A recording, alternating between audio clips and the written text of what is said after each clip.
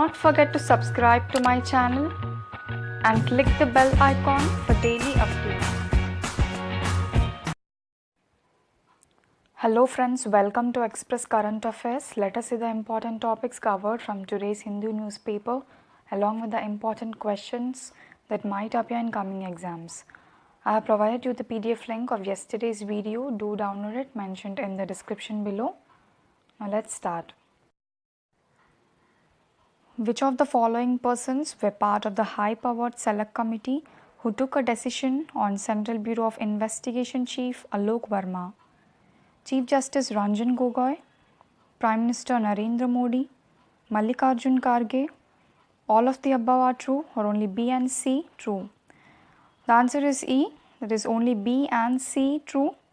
Option A is wrong because Chief Justice of India Ranjan Gogoi was not part of the high-powered select committee, but his nominee Justice A.K. Sikri was part of the three-membered committee. So you need to remember all these three members who involved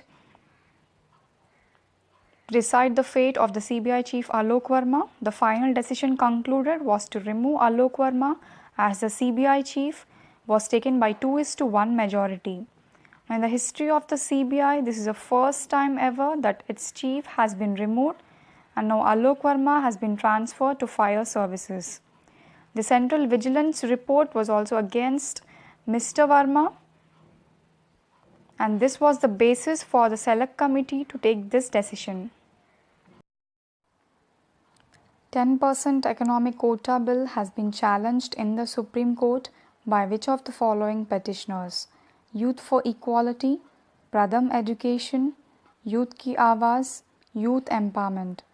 The answer is A. Youth for Equality filed a petition in the Supreme Court challenging the 10% economic quota bill. Recently, 10% economic quota bill has been passed in both the houses of the Parliament, Lok Sabha and Rajya Sabha. Youth for Equality is an organization against caste-based reservations founded in the year 2006 in New Delhi.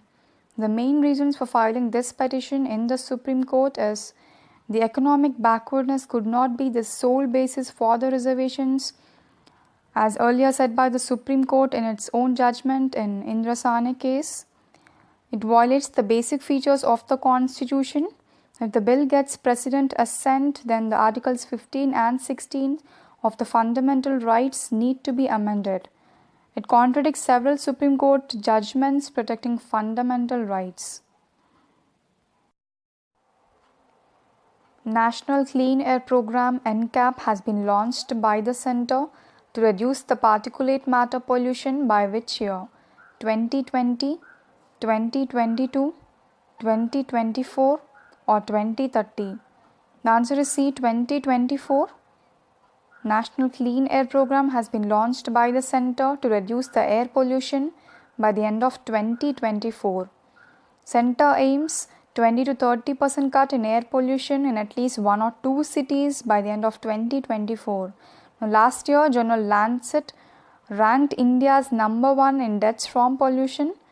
So therefore, National Clean Air Program was formally launched on 10th of January 2019. The cost of this program is 300 crore. It is a 5-year long-term program with 2019 as the first year.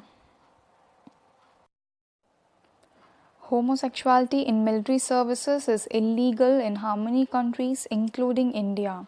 10 countries, 20 countries, 30 countries or 40 countries? The answer is B, 20 countries. In 20 countries, including India, homosexuality in military services is illegal. Now, it is legal in almost 175 countries. I'm talking about only the military services. Now, earlier Supreme Court decriminalized the Section 377 to recognize the sexual rights of LGBTQ community. You need to know this section number, very important from exam point of view, and you need to know the full form of the LGBTQ community. The full form is the lesbian, gay, bisexual, transgender and queer community. Recently, the Army Chief General Bipin Rawat says the adultery and homosexuality not acceptable in Indian Army. Which country has suffered the highest number of fatalities among the countries that have sent forces to the United Peacekeeping Missions? USA, India, Russia or Japan? The answer is B, India. India has suffered the highest number of fatalities among the countries that have sent forces to the UN peacekeeping missions since 1948. Almost 164 out of 3,800 personnel killed during the missions are from India. India lost most of its personnel to malicious attacks, deaths due to hostilities, revolution, rebellion, riots, sabotage, terrorism or murder, etc. 80% of the Indian peacekeepers are deployed in Central African Republic and South Sudan. And Ethiopia and Rwanda are the countries contributed the highest number of personnels. What is the threshold limit below which the companies are exempted from the GST? 10 lakh, 25 lakh, 40 lakh or 50 lakh? The answer is C, 40 lakh. 40 lakh is the threshold limit below which the companies are exempted from the GST. Earlier it was only 20 lakh. 32nd GST Council meeting aimed at reducing the GST burden on small businesses. The companies with annual turnover up to 40 lakh will stay out of the GST. And in northeastern and hill states, the threshold limit is up to 20 lakh. It would benefit about 10 lakh traders to be exempted from the burden of GST, and GST Council decided to allow Kerala to levy a cess. Now what is a cess? It is a tax applied for a particular purpose. For example, education cess or Swachh Bharat cess, it is like a tax on tax. It allows Kerala government to levy a cess of up to 1% for 2 years to help disaster relief efforts. Which of the following player is the world number 1 in latest AIBA world rankings?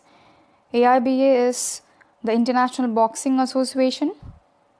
Kate Taylor, Marcus da Costa, MC Mary Kom or Petrova? The answer is C, MC Mary Kom is the world number 1 in the latest International Boxing Association world rankings. MC Mary Kom ranked as world number 1 in 45 to 48 kg category, scoring 1700 points. Now from exam point of view, the category is very important. This is the area where questions are asked repeatedly. Recently, she became the first female boxer to win the 6 world championships. She won gold at recent 2018 Commonwealth Games. Now her focus is on the 2020 Tokyo Olympics. Mary Kom will be playing in 51 kg category in this Olympics. Which state is said to become the first Indian state to introduce the universal basic income? Sikkim, Meghalaya, Goa or Gujarat? The answer is A, Sikkim. Sikkim will become the first Indian state to introduce the universal basic income. The state government of Sikkim plans to implement the UBI scheme by the end of 2022.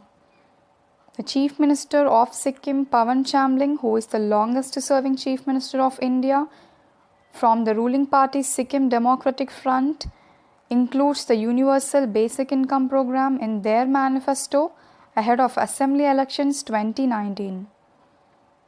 Now you need to know the definition of the Universal Basic Income, very important from exam point of view.